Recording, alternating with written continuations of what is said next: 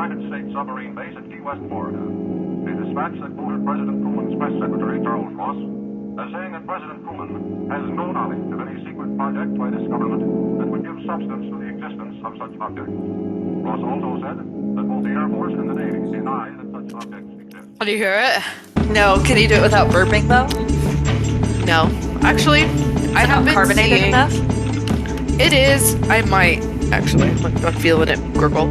For context, Noelle just chugged a bunch of root beer, and I was hoping that she would have like a meltdown, but she's not. It's diet root beer. I think it might be different. That's gross. 0 calories, baby. No way. I'll die on this hill. 0 calorie root beer is one of the, and what Diet Mountain Dew are the two diet drinks that don't taste like aspartame and taste as close to the originals as possible. And I'll die on that hill. I'll die on it. Is what it is. You don't have to like it.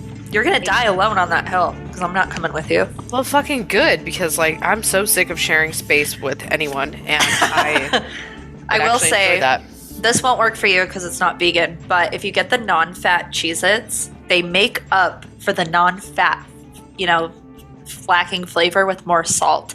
So if you want a real salty snack, get the non-fat Cheez-Its because they still taste cheesy enough. There it is. But yeah, they are covered in salt, which I love. Have you heard about hey, what's up? My name's Noelle. And apparently if you buy the sugar-free gummy bears, you'll shit your fucking pants for like 7 We need days. to try it because we got issues, the both of us, with our gastrointestinal issues. We should try it. Also, I'm Chelsea. That's it. That's it.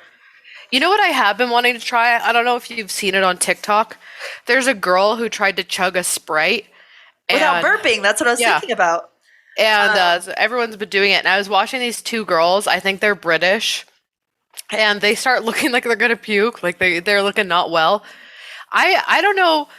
I drink Sprite so much. And baby, I drink that McDonald's Sprite, dog. Because McDonald's is right in front of my fucking apartment. I just walk over there. Beep, get my little $1 McDonald's Sprite. You know that shit's made with 95% electricity. So I have a feeling I could do the chug Sprite challenge just because I've been doing it. Like, it's not new to me. I chug Sprite all the time. That might be good Patreon content where you and we can get dolled up because I know we're both too ugly to appear in our natural forms. I'll just keep the lights off. yeah. We're gonna be backlit so that you don't see our faces. And we're gonna chug. I'm gonna chug just a Vizzy and see if we can not burp. That could be good Patreon content. I'll definitely chug a Sprite. I feel confident about it. But I was watching these two girls, and then the one who looks like she's about to puke lets out a burp that sounds like a demon possession. I think I liked it. I'll go find it. It was honestly one of the most impressive things in the world. I've never heard anything like it. It was like music to my ears. I had a moment where I got like real sick. I got like food poisoning or something, and I projectile vomited all over my parents' bathroom. And that's the story of when I palmed my mom's face, and I was like, "Wake up and help me!" Yeah, and then when I went to bed, I had like a 40-second burp, and no one was around to hear it. But I swear, man, I was like, "Ugh," and it just kept going. It sounded like a didgeridoo. It was so impressive, but oh man. Oh, and I really wish that somebody could have seen it. My mom was too busy waking up before she went to work at 5 a.m. to clean up my bullshit. Yeah. Ooh, it was such a good burp. But I keep it alive in here. My heart. I mean, I hope the next time you have a 40-second burp, I'm around. I hope someone's around. Then I can finally die happy. That's the only reason I haven't like kicked myself off yet, because I know that I have this power within me, but damn it, I have to share it with the world. You do. And I'm not really a burper like any other burp. I'm like, bleh. Like it's just it's like a little frog croak at best. A frog got stepped on. Yeah, a little squeak. But speaking of bodily fluids, what are we talking about today? Ooh, we are talking about some disappearances with a little spice on top. Ooh, I love that. Also, before we get into it, I am just now remembering my nail girl and friend Amber was like, hey, I'm going to send you all this information I have right now. You guys need to cover this before it like completely blows up, because it's news that's happening in Ireland and it's is about to come to Utah because the person is being extradited to Utah to be charged for their crimes. Oh my god. Is it And leprechauns? I mean, Is this about Lucky Charms making everyone shit their pants lately? he kind of looks like a leprechaun. Basically, her husband, one of his old roommates, is a serial fraudster and assaulter. Oh, And has okay. been doing it across the United States and then took off to Ireland, faked his own death, pretended to be a mourning wife that he never had, to make people give glowing statements about him for his obituary, which was a memorial page that he created and ran for himself. And now he goes by the name Arthur Knight. Oh, that's fucking clever. You can tell it's a fake name, though. Yeah, I know. He went by like Nick always in the United States, just like different versions of the last name, but then changed it all together when he went to Scotland. Yeah. But yeah, serial fraudster and serial assaulter. Okay. We'll cover it. Fucking finally tracked him down in Scotland, going by Arthur Knight with truly one of the worst accents I've ever heard. And he is trying to like cover himself from media, so he looks like he's a fucking Guantanamo. Like, oh no, just like a sack over his head. Literally, a sack over his head in a wheelchair. Yeah. Why is he in a wheelchair?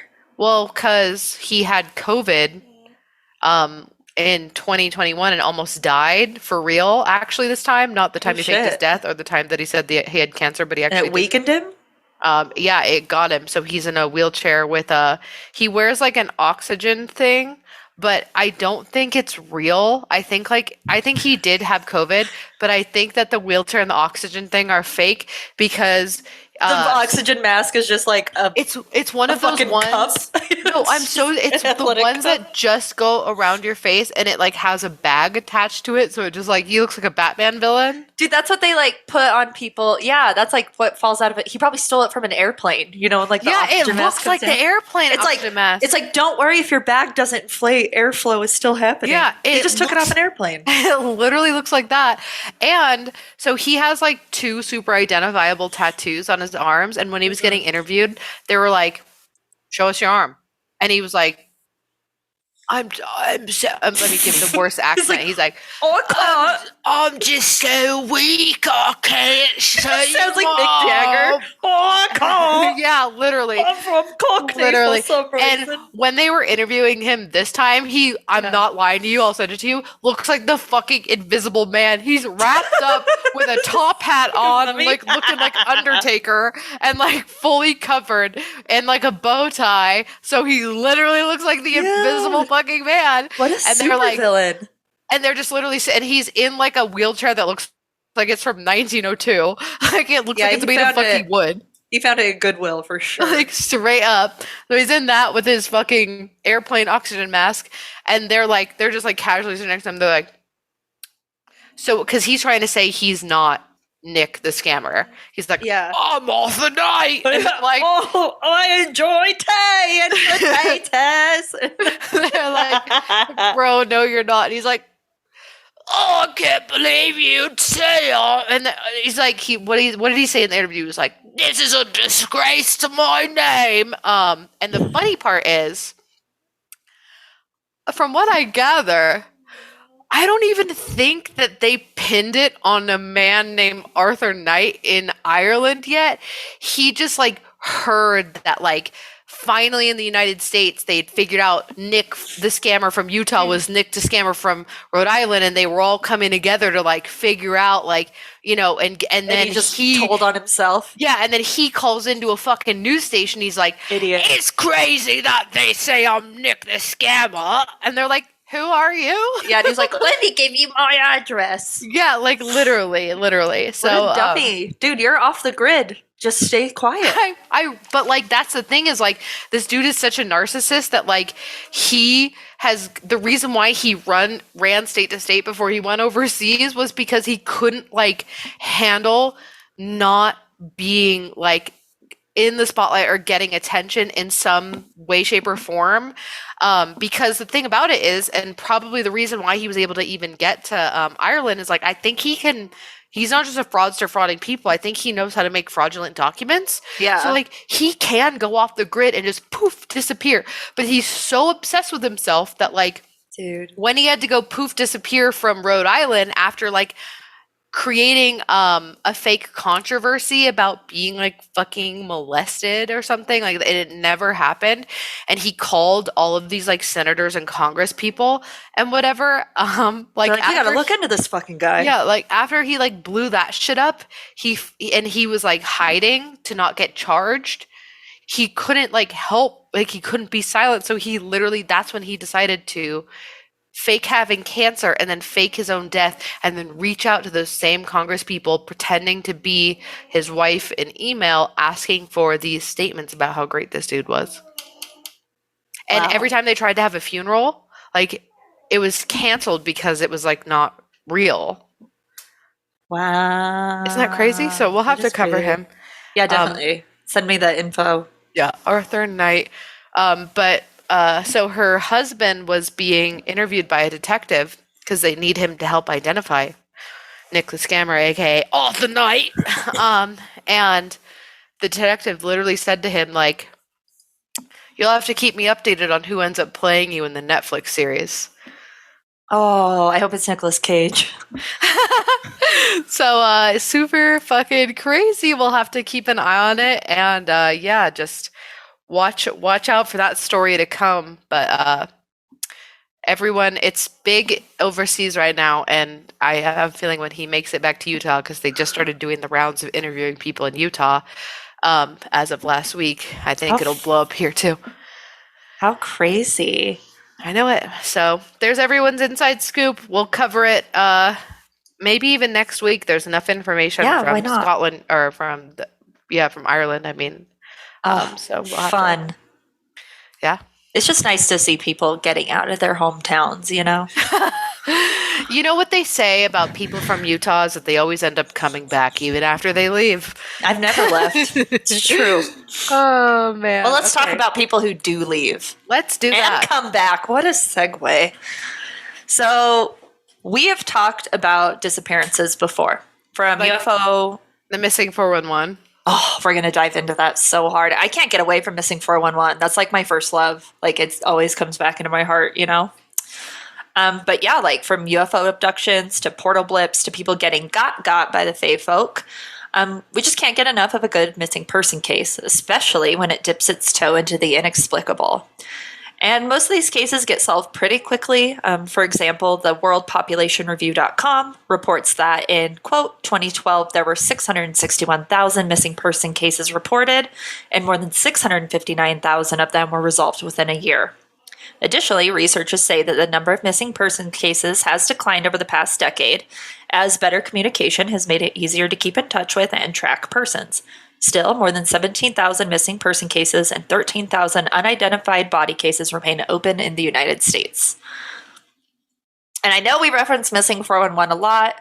And, you know, I tried to find the episode where we talk about missing 411. And I went, that's missing too.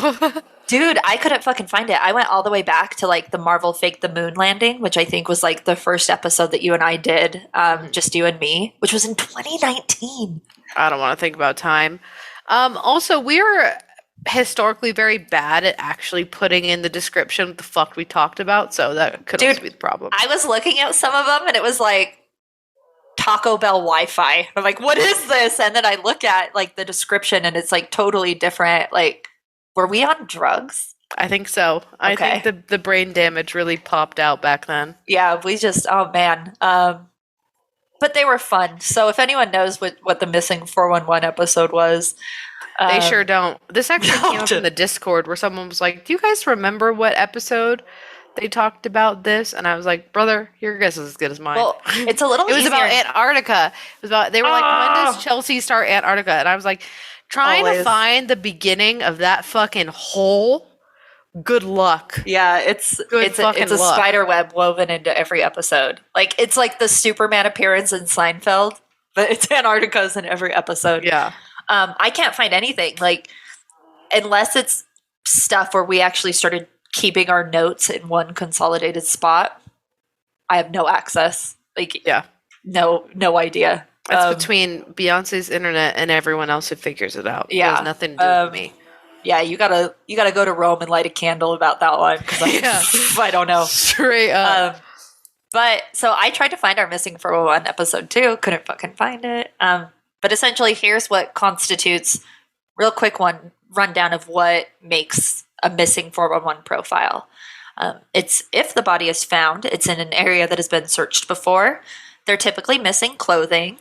The person tends to be retrieved near a body of water. They tend to be in areas with highly concentrated boulders or granite deposits. And weather-related phenomenon after the disappearance occurs pops up. The missing clothing thing, I wanted to be very careful about highlighting this because I know sometimes, like hypothermia, people take their clothes off.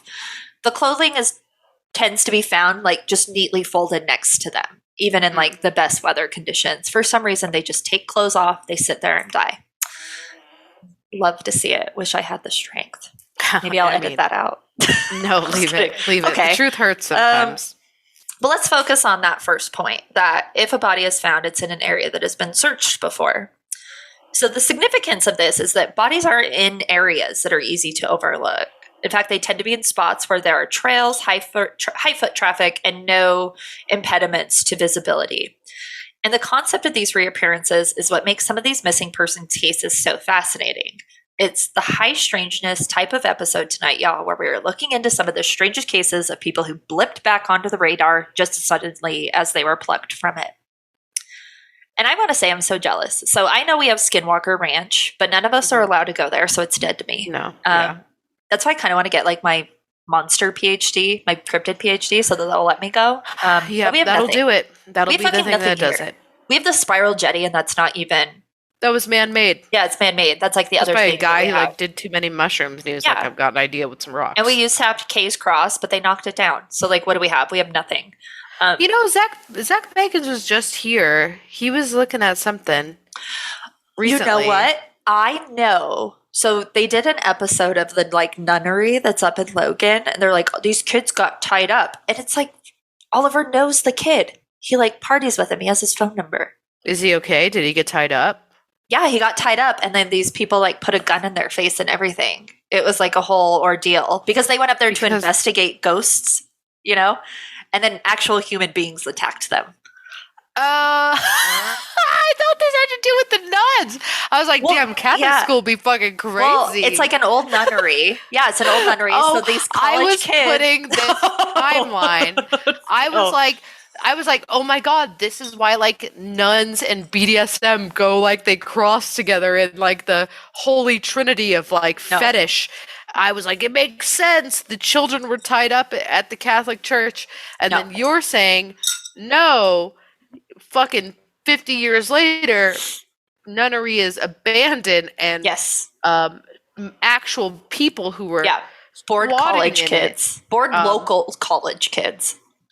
Kidnapped went up there. And yes. Why was Zach Bagans fucking like that's not haunted?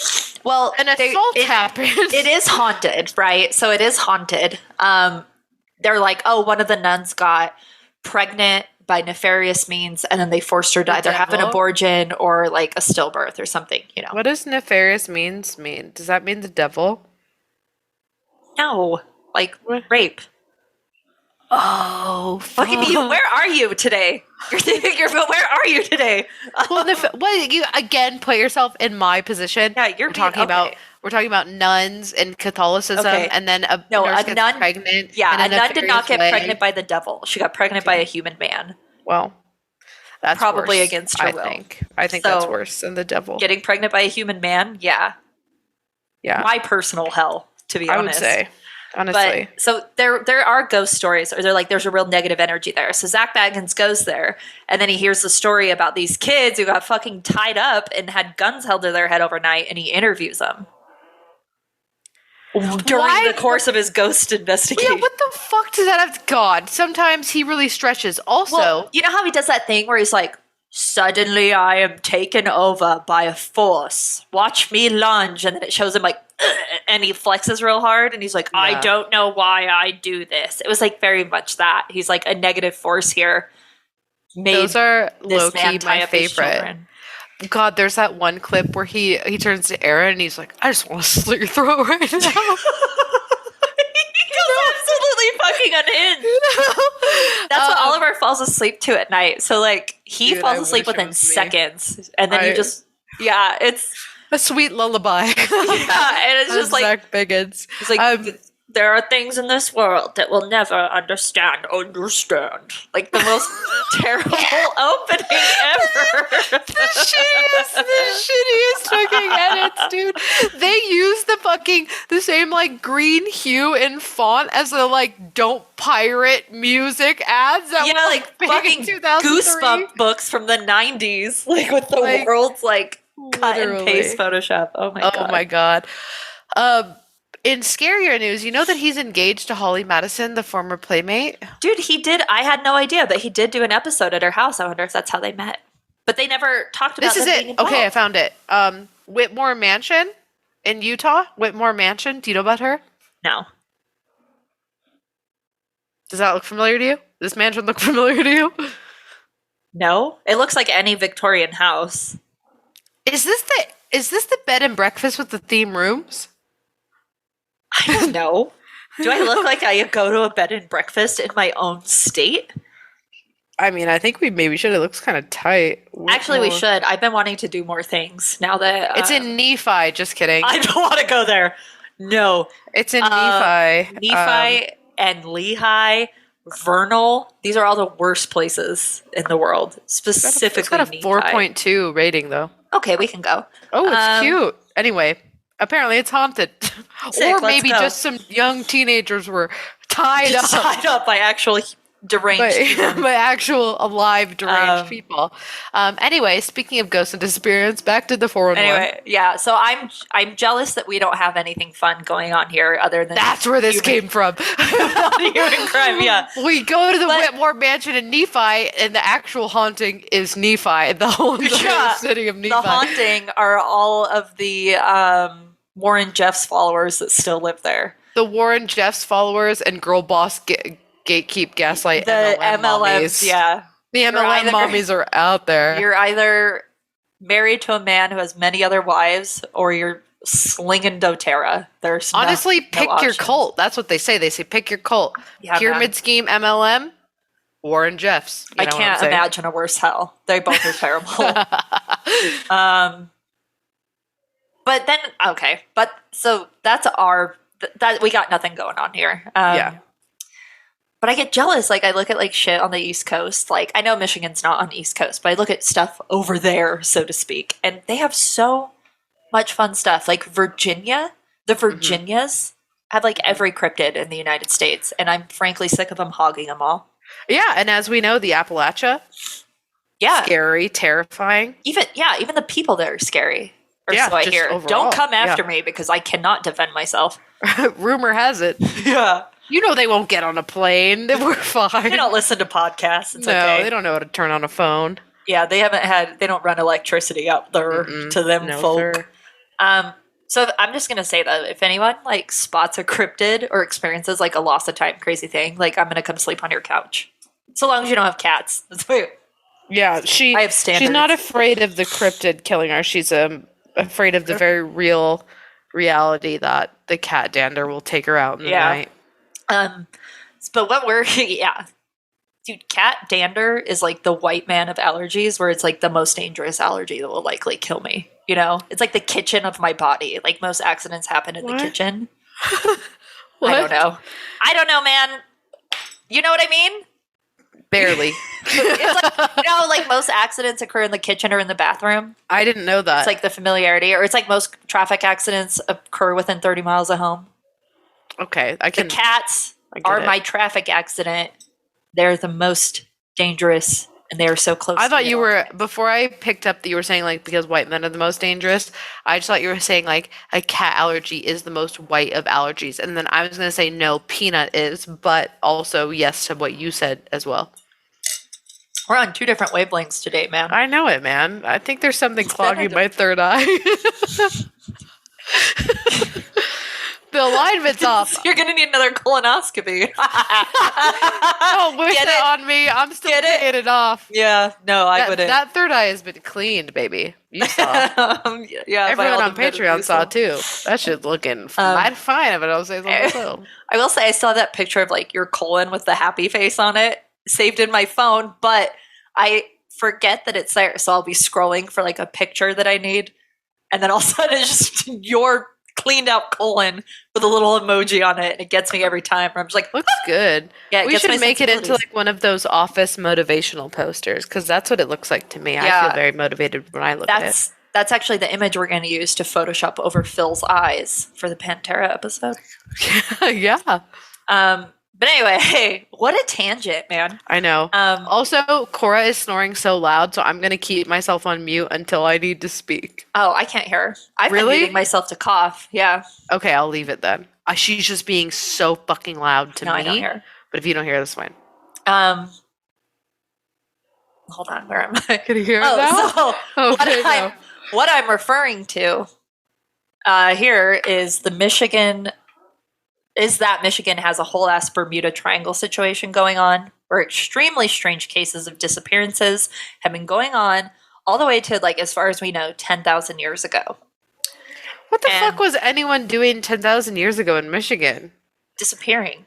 Wasn't there were people in Michigan 10,000 years ago? Yeah. Were we still in Pangea back then?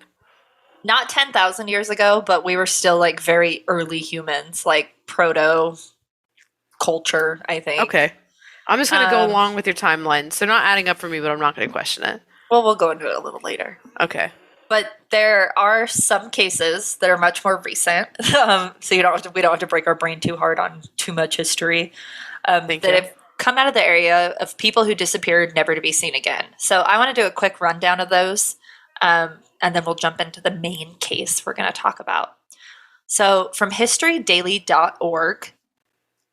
No, not gonna I don't follow. have my fucking second monitor. Oh, so I you're can't good. look things up. I told you, I'm fucking handicapped. I had one fucking website with all this information on it, and I was so Pavlov dog about you researching things that I went and pulled .orgs, and I like went and pulled reputable websites, and it was all a fucking waste. Look at that. Look at though. You were Pavlov's dog because now it works. Now you know. Now you know No. we need real sources. All I did was take source from my sketchy website and then paste it into Bing and found a different website with the exact same information. It took me minutes longer to research than it normally would Well, have. I'm glad. And I'm also upset that I don't have a second monitor today, so I can't fact check you. Yeah. Well, from historydaily.org, should you try to fact check in the future, the Thomas Hune comes in first on our list in 1891, where the schooner set sail on Lake Michigan with a load of lumber never to be seen again. All crewmen, including the captain, were never found. And modern searches were done for the ship, but there was no debris and no sign of it has ever been recovered between 1891 to now. Next, we have the Rosabelle, a boat which departed from Lake Michigan with 11 passengers, all belonging to the same church in 1921. Days later, the boat was found floating upside down with no signs of anyone on board. Researchers theorized that it could have collided with another boat, but no records of any other boats having been in the area were ever documented, and no debris was ever found. The weather was fine, and nothing that could have caused a boat to turn upside down was ever found. So slap that, Jada. Jeez, nice reference there. Thank you. Okay. Well, I appreciate that because that answers my next question was like, a boat goes missing on the ocean or on, as we know, the Great Lakes are fucking terrifying. Yeah. Similarly to the ocean, I'm not that shocked. I'm not that shocked about it. But if they're saying like it was a beautiful day, no big deal, then yeah, okay. A little weird, right? Are they gonna say it's a kraken or is it an alien? Well, if a boat flips upside, like if a boat sinks, like yeah, obviously you're all fucked. But if the boat's just upside down, like you would assume that maybe a survivor could cling to the top of it, you know, like Yeah. something. Like I know that they're huge, like the lakes are huge, but it's not like similar to getting lost in the ocean. You know what I mean? It kind of is. Have you not seen like the documentaries about the fucking Great Lakes and how terrifying they are? Well, I know that they're big. But it's Well, also they like they'll you're have weather patterns on them that are similar to like severe weather patterns in the ocean that would like cause your shit to fucking capsize. There are so many like ship related catastrophes in the Great Lakes because of that. yeah, but I'll have to send you some docs because it's some of scary. these, yeah, but when you don't have any explanation for it, that's what makes it weird, right? Yeah. All right. Well, this next one affected me greatly because it involves an airplane, Noel. Oh, So great. Here please we be go. kind to me. All of the past like fucking 13 months we've been working on you getting on Yeah. planes is gonna go down the toilet. Shout out to Slayer who reached out, one of our listeners, and scolded me heavily on Facebook for taking a Xanax and wine when I flew to Arizona because she's basic. I'm just assuming a doctorate in pharmaceuticals. Like You're that's not her supposed job. to take a Xanax and drink wine? No, you can't mix Xanax with alcohol. What? It can, yeah, it will it can kill you. If you take that much Xanax and mix it with that much alcohol, yes, it is dangerous. Wow. This And is she like warned when me. this is like when I found out you shouldn't do Coke and Adderall at the same time. No, this is like when you found out that you shouldn't bring like an extension cord into the bathtub, you fucking idiot. I still can't believe you. Oh my god. But yeah, I was like, well, at first I was like, I haven't done that in ages. I'm like, I did that recently, actually, when I went to Tombstone, and I'm planning on doing it when I have to go to Montana. So Honestly, I didn't know I'll that do was my a best. problem. Yeah, I guess we'll all go out like John Belushi. it's fine. So on June 23rd, 1950, this flight 2501 departed LaGuardia Airport in New York City and was on its way to Seattle, Washington. When they crossed over Lake Michigan, the pilot contacted control and requested permission to descend to 2,500 feet. Then nothing. Like the plane simply disappeared from radar screens. And the lake was combed and searched for by divers, ships, airplanes. They even radar scanned the whole thing. And they didn't find one single scrap of evidence that that plane ever even existed.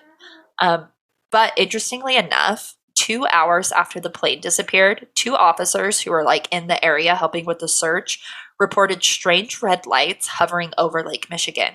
And they documented that to their dispatch for 10 minutes before they quickly blipped off and disappeared as suddenly as they had appeared. Weird, right? Yes, but also as we know historically, I mean, we can't even find an airplane now. Yeah. That's what I was gonna say. Planes go missing. We don't fucking know. We're just like, that's crazy. It just fell out of the sky. Yeah, whatever happened to that Malaysian flight? We'll fucking never know, dude. As far as I'm concerned, that Malaysian flight was actually how Lost started. First season of Lost. That's Oh my god, it's like a mixture between Tenet, where like everything's traveling back in time, and then Lost. Yeah. Yeah. I do think it's weird though that like they had radio control and they didn't report anything was wrong. They just asked if they could descend and then they were gone. Weird, man. Yeah. I mean, Also, you would think if it crashed into Lake Michigan that like anything, the fact that they had search out like 2 hours after it happened, like they would have seen something floating, right? Like it wouldn't have just gone like plop into the lake, right? I mean, or they would have found it on radar. They knew where it was over Lake Michigan, like when it turned off. I'm looking to the history of missing planes that we've seen, and baby, it's not looking good. All right, well, that's fair. I'm not going to argue on what we're talking about. I just don't even know if they're looking really at this point. You know what? Like, the plane went down. What are you hoping to find? Bodies. That's why, no, you're not even finding bodies at that point. You're finding like a cavity at best. Oh, that is true. It's the watermelon off of a fucking building effect. Just let me go down there with a metal detector. I'll figure it out. Yeah, we'll save up our Patreon money and we'll go to Michigan so that you can take your metal detector there and then we'll blow the I'll lid figure off it this out, you whole guys. thing. I'll figure it out. But one thing I really want to talk about is Stephen Kubacki. Old Steve was a 23-year-old college student who let his family and friends know that he was going skiing near Lake Michigan, and he has the strangest experience of all. So on February 20th, 1978, he set out on his cross-country skiing trip in Saugatuck, Michigan. I don't know if I'm saying that right. Steve was no newbie when it came to the area and had been skiing there many times, so it's understandable that his family really thought nothing of his trip out and about, and he essentially was just going out to get some fresh air. Yeah. The next day, he hadn't come home yet, though. And this was still the messed up times where the police were like, maybe they hitchhiked out about it, you know? Like, they just kind of disappeared, like, dismissed everything. But lucky for Steve, a group of snowmobilers in the area saw some lone cross-country skis in the middle of, like, where they were out and about. And they did contact the police because they were aware that somebody had gone missing before in the area. So it really got lucky on that one. So the police quickly put 2 and 2 together with Stephen's disappearance and the discovery of his skis. And when they got to the area, 2 very strange things happened.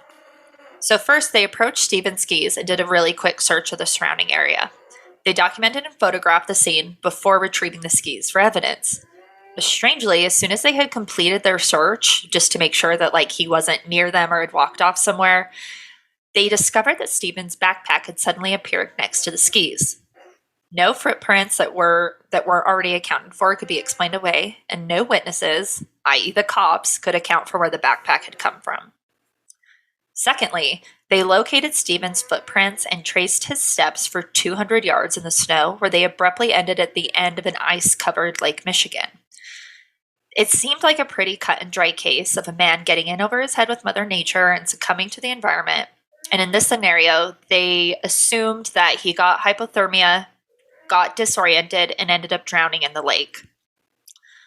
People did point out, though, that the ice wasn't broken, it wasn't disturbed, and that just indicated, like, Stephen didn't even go on the lake. Like, he walked up to the ice, and then his footprints were simply gone. But the police respectfully told them to go fuck themselves, and the case was closed. Oh, yeah, as that happens, as It's they fun, do. yeah, like, whatever. His family mourned the loss of Stephen, and they all moved on with their lives. In the next 15 months of Stephen's disappearance were probably filled with a lot of pain and regret. Like, losing a loved one so suddenly certainly never goes away. And the idea of not really knowing why or how they died had to have been a very heavy burden for the I almost said the Bukaki family. Oh my fucking god. Kubaki. Nice save there, Yeah. dude. Nice fucking save there. Burden next to, I almost did it again, burden next to Kubaki is messing with my brain. Bukaki. A very heavy, I'm going to say this sentence. Just let it out. Heavy burden for the Kubaki family to bear. There you Set go. myself up for failure on that one. You really did. Well, let's get the hell out of that area because it's obviously cursed. So let's take a quick hop, skip, and a jump from Saugatuck, Michigan to Pittsfield, Massachusetts. And if you're a victim of public school like Noelle and I, Unfortunate. Yeah, well, I don't know my geography. I had to look it up, like where they were in relation to each other. I think they look like this, right? Michigan's here, and then Massachusetts here. It's more like this. Wait, yeah, they're more doing next that. to each other. No, you went down a little bit. Linear? They're linear? Pittsfield and Saugatuck, yeah, are essentially like pretty much a straight Wow. cross. I But gotta essentially get a globe or something. well, gotta get a flat Earth globe, man. Just make it more fun. Get out of here. So they're about 739 miles away from each other at about like a 3-hour, 40-minute plane ride. So on a cool summer day of May 5th, 1979, 15 months later, a man awoke in a field with no idea of how he had gotten there. His clothes were very strange to him, and he didn't really understand or think that that would be anything that he would wear. Even stranger, he had a satchel, and in 2022, we're just going to call it a man purse, full of maps that he didn't recognize. He was tired and confused and didn't realize he had been gone for a long time. With nothing but a slight headache holding him back, the man found his way back to his parents' house. And looking for the comfort of the familiar, he knocked on the door and let out a slightly relieved sigh when his father answered the door. He let himself in, like you do with your parents, giving his dad a quick hey as he set his purse down and sat on the couch. And the dad was a mix of joy and relief. The man who had suddenly appeared on his doorstep was none other than his long-lost son, Stephen Kubaki. And once his parents had filled him in about how long he had been gone, they then contacted the police to inform them that Stephen had not drowned and had just mysteriously popped back up out of the blue. And obviously this took all the media by storm, and as they got their hands on the police reports, more and more information about Stephen's experience came out. First, he stated he had no memory or any idea of how he could have been gone for so long and not be aware that he had been gone for so long.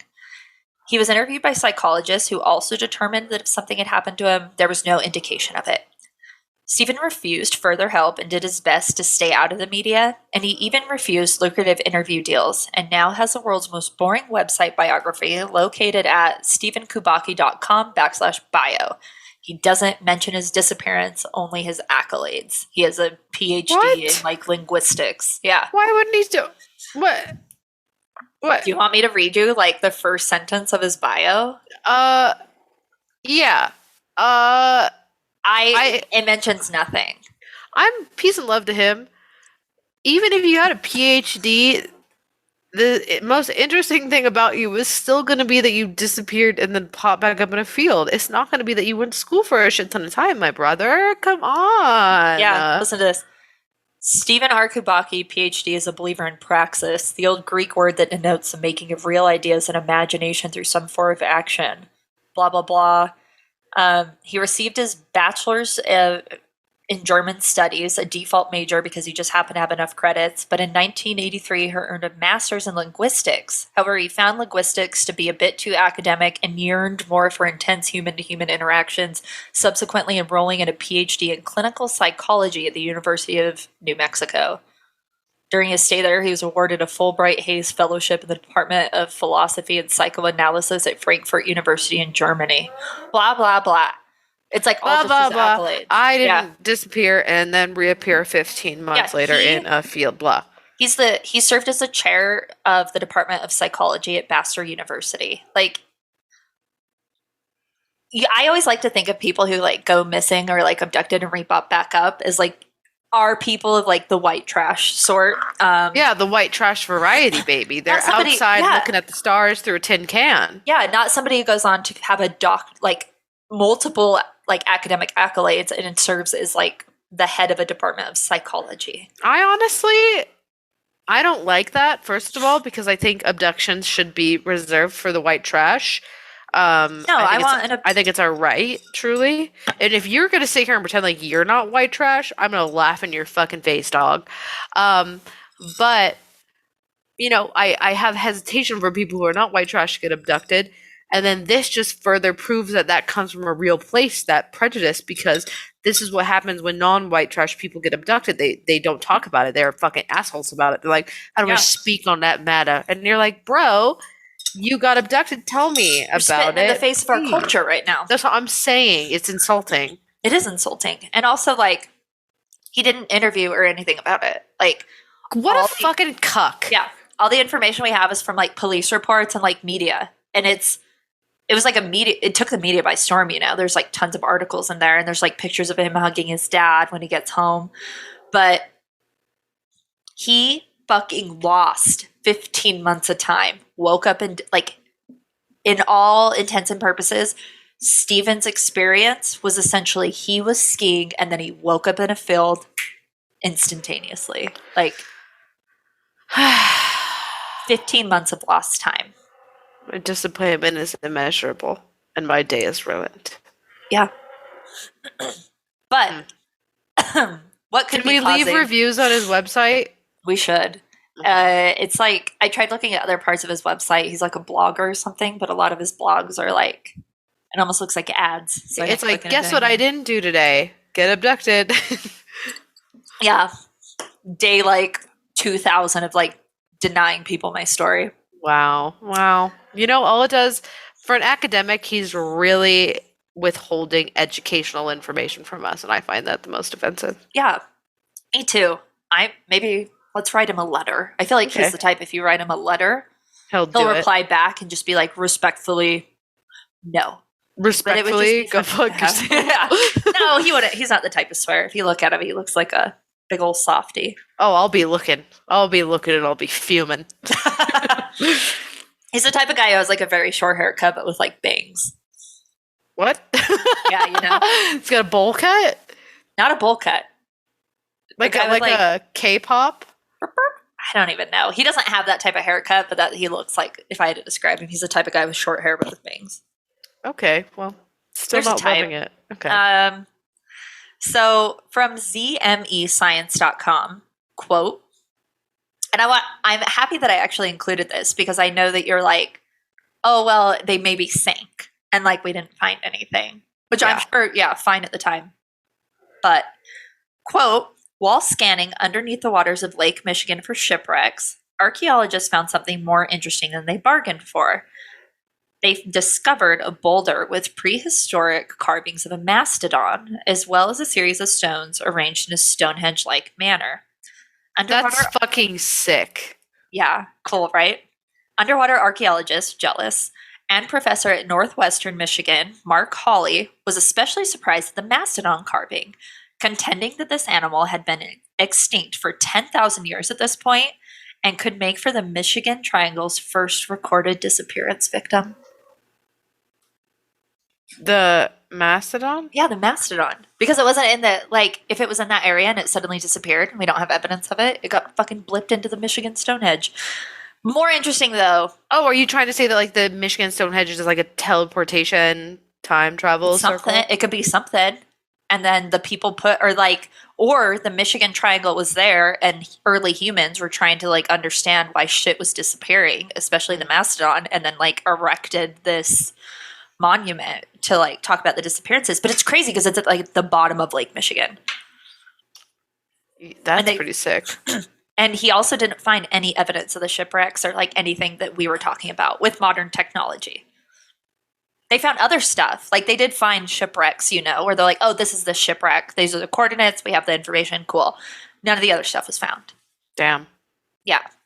In 1977, Jay Gurley, a former pilot, released a book called The Great Lakes Triangle. And in this book, Gurley states that, quote, the Great Lakes account for more unexplained disappearances per unit area than the Bermuda Triangle.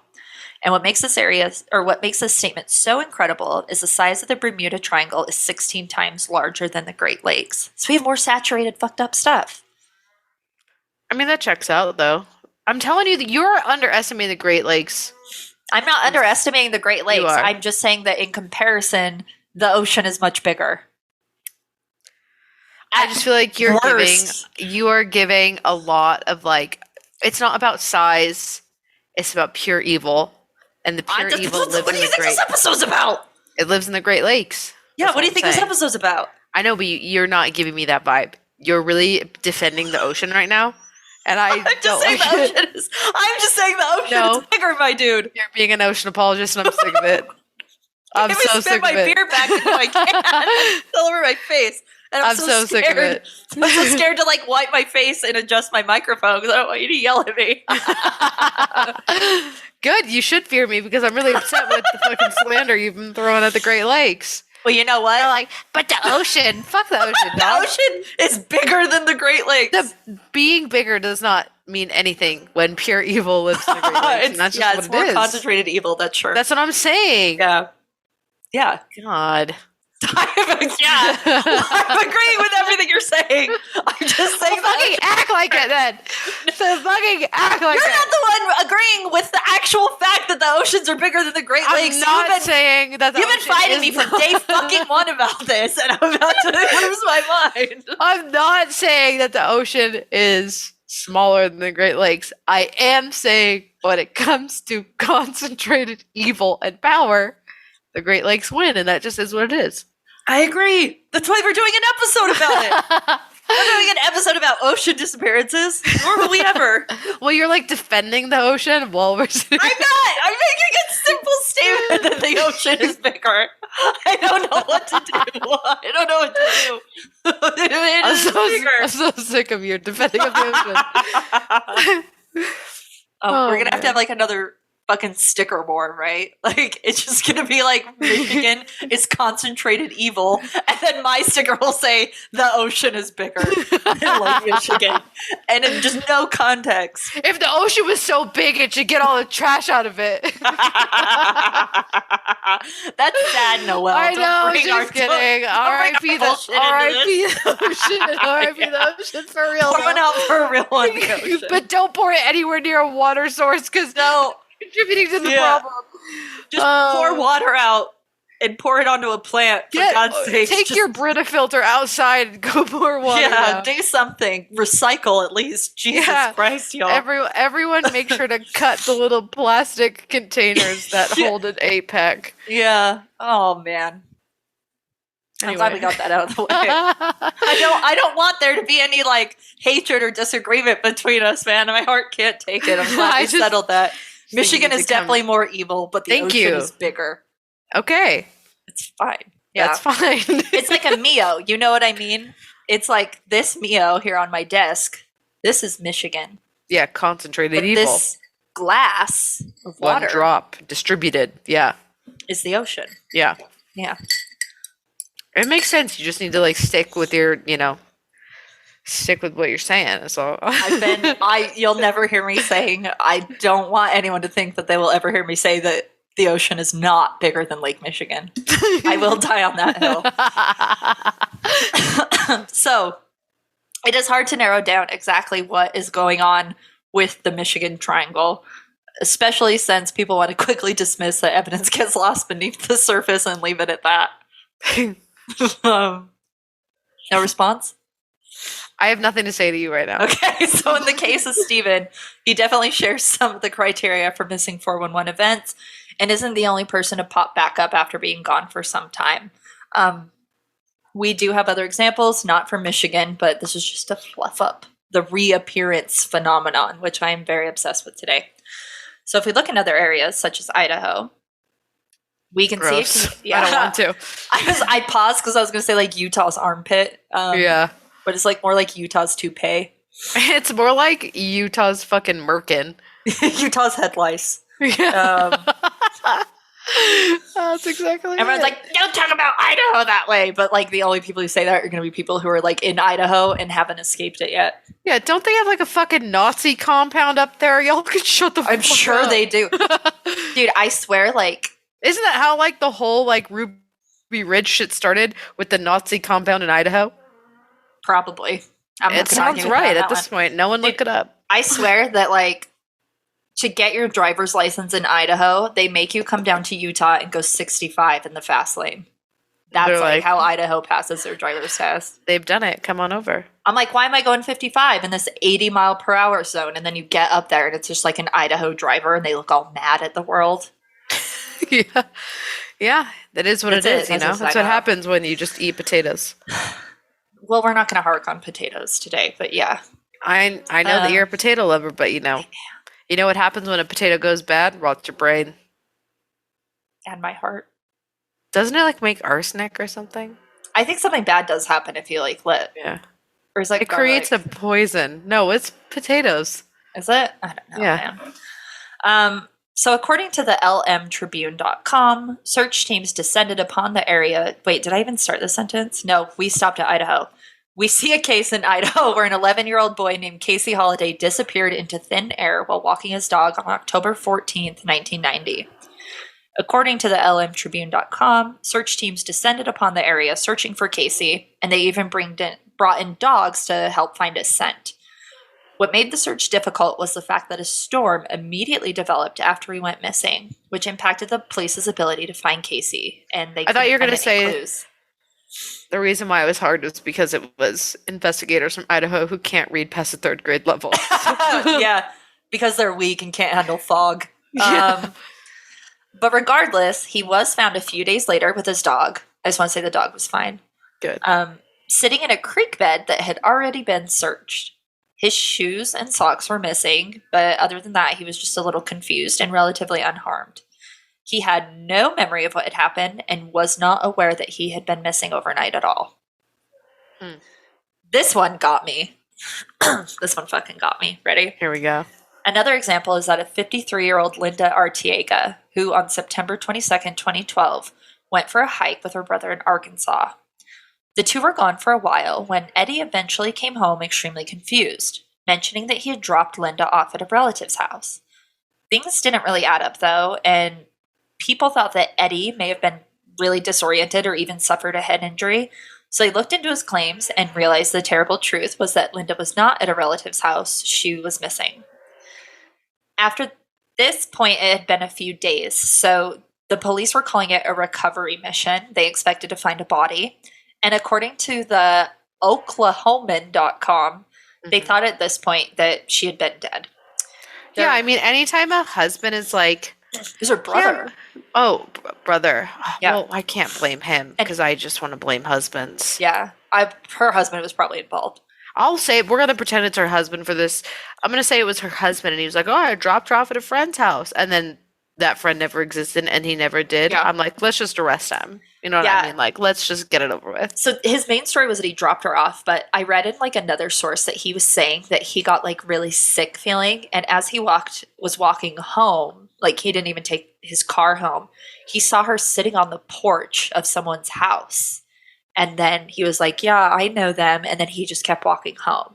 And then he was like, "Yeah, I saw her. She was at like so and so's house. Like she's fine, she's fine." But like the story also like kind of morphed that she was at a relative's or like he saw her at someone's house. But very weird. Like it was very weird from the jump. So the cops did a massive search for her. And yes, she was found again. But her story doesn't make sense either. I have to call. Thank you for muting. No problem. So you see, Linda claimed that her brother had begun to act injured. So she left him on the trail and then she proceeded to go get help. And she eventually did find other hikers, but they would not acknowledge or interact with her. She thought that they were acting very strangely when, boom, suddenly the search team descended upon her, and she didn't know she had been missing for 5 days at all. In fact, after multiple interviews over the years, she has no explanation for what happened and still can't explain away, and nobody else can explain away the people that she saw watching her through the trees, who she was calling out to thinking they were other hikers. They were in the trees? They were like in the woods, like just standing in the woods looking at her, and she thought they were other hikers. And when she talked to them, they didn't interact with her. She's like, "Hello, how do I get out of here?" I thought this was going to be more of like a through the veil type of thing, as if she was like sounds like it, walking back on the trail, passing people, but they weren't seeing her and she was seeing them. You're making that's it seem exactly like what happened. Fucking demons in the trees. No, that's exactly what happened. Essentially, is she was seeing people while she didn't leave the trail. She was seeing people and they weren't talking to her, and they were just staring at her like through the woods, like it's through the winding trail. Part that freaks me out. But yeah, that sounds like the whole, like in between the veil. Yeah. Interesting. You know how like when we were saying like in other episodes, like if you think that you've been like put through the veil, you're supposed to like look through your knees and like walk backwards. Walk backwards, baby. Maybe she would have gotten out. Yeah. Maybe that was the worst sound in the world, whatever you just said. I put my spoon back in my cup. No, it's like something went around your mic. Oh, I think I hit my mic with the cup. Don't do it again, bitch. It's not just like a thump. Oh my god. We're missing the point with Linda. Isn't that fucking scary? That is scary. Oh, someone should have given her a hagstone. She would have gotten out of there quick. It's this shit that like scares me the most, where like the lost time stuff, because and I read like maybe like 12 or 13 cases, and some of them seemed like one of them was like a dad it sounded like they were kind of at a cabin or something, but like one of those cabins that you live in all the time and there's other people around. Like, and his little girl was like sitting on the wood watching him working, and he had like other people there. Like it was just like a regular day, and he looks up and she's gone. So they start looking around for her and they call the police, and the police come, and then the next day they are still searching, and she's back on the log with no shoes on. And he's like, "Where the fuck did you go?" And she's like, "Well, Mr. Wolf asked me to come play, but I decided to come right back." Like, she thought she had been gone for seconds. Huh. And like a little girl being in the woods overnight, like I think she was only like 5 or 6. And there's so many stories of that where people are just like gone and then immediately come back. And they're like, "Oh, yeah, it was a little weird. Maybe I was gone for an hour or so." You want to know something crazy? There was like a panel of like big brain thinkers, and they were talking about time travel, and pretty much, and like there were like mathematicians and like this just think tank, and they were all under the consensus that like statistically, mathematically, that there could like it's not unreasonable to believe in time travel, but they have essentially said that like time travel can only be moving forward. It's not moving backwards. And the only version of coming backwards is going forward enough and waiting for the past to meet up with you. Does that make sense? Yeah, kind of. So, because It like makes sense if everyone's I think all about like, time as like crossing paths and not like linear. well, and she like one of the like professors was talking about it in relation to like a shape and like how you can like take a corner and like compress it onto the other corner, and so you're technically like moving forward through time, but by doing that you've changed the shape and flattened it so it creates like a new shape. So that's how like the whole altering time, like Yeah. altering reality when you move forward in time. Because like, yeah, if you can do this, you can't go backwards, you can only go forwards, and if you do go forwards, you've collapsed like essentially a reality and created something new. It's like a wrinkle in time, right? They talk about taking a piece of paper, and the only way to like get from point A to point B faster is to like crinkle the two edges together. Yeah. And it's like time is still there. Like it's still like in the paper that could like, accordions in the middle, but now you're like fucking with the 2 points that are touching. Yeah, it's interesting. But them basically saying like, if like time travel, yes, but you can only go forward, not back. Yeah. And Interesting. it feels like that makes the most sense when talking about like the 411 reappearance cases, because they've moved forward in time, and then by the time they're found or they reappear, where Yeah. they were before has just caught up with them. So to them it's 5 seconds, but to everyone left behind it was 5 days, Yeah. That's So wild. I know. It's squawy. That is scary. Dude, it's scary because it's like we've lost time. Like I've lost time before. But not in this sense. Like I've lost like maybe a half hour. Yeah. Or like I literally blinked and I was home. And I was like, what the fuck? Yeah, that happens all the time. Yeah, and it's like this stuff is like this is like life altering. Like you either find religion or you like eschew a religion after this. Like this is like a fundamental life changing experience. And I the feel fact like that it would somebody's- more make me like try to understand science, right? I think like if I fucking lost time to the point where I thought I was gone for 5 seconds, then I reappeared 5 days later, I would be more interested in like the just like the big brain concepts of like creation of the universe and like you would go more Einstein with it. yeah, exactly. But I still think that would be like like a fundamental like belief system where it would change. Like would you know what I mean? Like I don't Yeah. feel like this is happening to like people who could understand it by any Yeah. means. But it's scary as hell. Like we should do a panel on this actually. Like on the missing 411 because I opened so many possibilities of like talking about like the strange and the weird. And honestly, like I think now that it's not Comic-Con, it's FanX, like this stuff's absolutely perfect for like the conspiracy stuff, you know? Yeah, I'd say. Well, let's get it fucking popping, brother. Let's do it. I'll submit it right now. But yeah, that's it. Like we could keep going with like all these different examples, but there's no explanation for how or why people go missing and then suddenly reappear. Like portals, maybe time travel, maybe aliens, maybe jury's out. Like no solid theories. Yeah, I guess we'll never know unless it happens to us. Fingers crossed. Fingers crossed. I would actually prefer the reverse, where to me it's 5 days, but in reality it's a second. That's like a free vacation. Yeah. Well, I don't know. I wouldn't want to be gone long enough that I like get fired. Well, that's what I'm saying. That's why it would have to be the reverse. So for you, it's 5 days. Oh, yeah, but I see what in you're reality, saying. it's 5 seconds. So in reality, it would be more like you were gone for a lunch break, but in this alternative universe, you took 5 days off. That's nice. I like I would that. love that. I would love that. It's just fun. Just nice, fun stuff. Good, clean fun, you know? Yeah, harms no one, helps everyone. Yeah. Like, maybe I want to lose time and go to Rome. Why not? Right? That's scary, though. I'm still scared. This is why we have to be more aware of our Period. location and our friends' Yeah, we just need to be more aware. This Dude, is we need why to get you like need GPS to stuff. share. Well, I have your location. Do you still have mine? Yeah, I leave it on all the time. Yeah. Everyone just make sure you have Find My Friends on.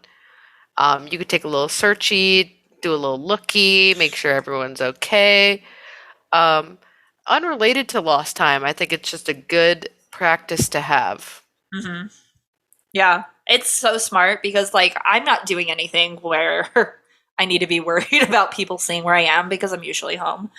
But yeah, it's just smart. And Yeah. if you don't live your life in an honest way where you don't want people to know where you are, then you need to fucking reevaluate. Yeah, that's, I'm not trying to victim blame, but like we can't help you if you get kidnapped if you're too busy being sketched out by other people knowing your location. So figure your shit out, then you could be helped. Yeah. That's Also, really like- what this episode was about the whole time. Yeah, Leave your that location is. on your phone. Use Find My Friends. For real though, we were leaving a venue once and this girl was like, I lost my phone. But she had Find My Friends on and we were with one of her friends. So guess what we did? Yeah, you Tracked track that the shit fucking down. phone down and we found it. That's perfect. It was in a parking lot. It had fallen out of her pocket when she got into her Uber. So That happens. Find My Friends. And then you could do some real hood rat shit if your phone gets stolen and it gets taken to a location before they turn it off and you go find it and you show up at the door and you go, give me my fucking phone.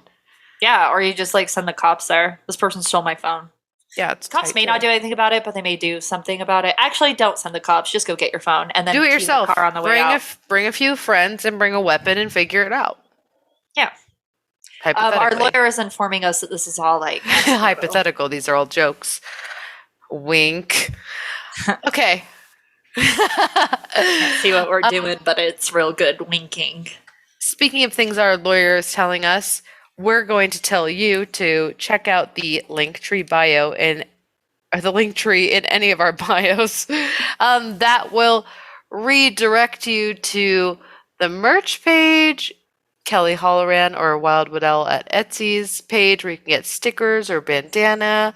It'll show you where our Discord group or private Facebook group are, links to follow us and find us on all the social medias. It'll redirect you to places to listen to us, but again, I don't know if like that's an issue for you right now since that's what you're doing right now, but like whatever, peace and love to you. But most importantly, it'll get you to our Patreon. $1 gets you in, new episodes every week. You sign an NDA. Don't fucking say anything you hear on there, you fucking narcs. Don't. I swear to God, don't. I'll fucking. Ooh, you can't see, but I just put my fist back. Ooh, that's what I do. Wait, what's the Ghost Adventure? I'm doing the Zach Baggins. Like, I'm doing the Zach Baggins fucking flex on you, dog. Yeah, Imagine I've got big, thick rimmed glasses and a fully all the way to the top buttoned up flannel. And I'm wearing Osiris's from 2003. Yeah. And I'm screaming at Ghost to fight me, but the Ghost is you and I'm in front of me and I'm going, ugh. and I'm like, oh, you just want to slit your throat so bad. Aaron, right I want to now." slit your fucking throat. And then you know, that's what happens, so. And then I go, I'm sorry, I was just like taken over by a demon. Yeah, my bad, might be. Might be. And I'm like, hey, yeah. Aaron, come over here. And he's like, no, man, you just said you wanted to slow it down. It's fine, that energy is past. Really got egg on my face on that one. Speaking of egg on my face, I don't eat eggs because I'm vegan, but you know what I am? I'm a fan of Satan, so hail Satan. Hail GPS. That is a good hail as well. Hail GPS. All right, thanks, bye. Bye.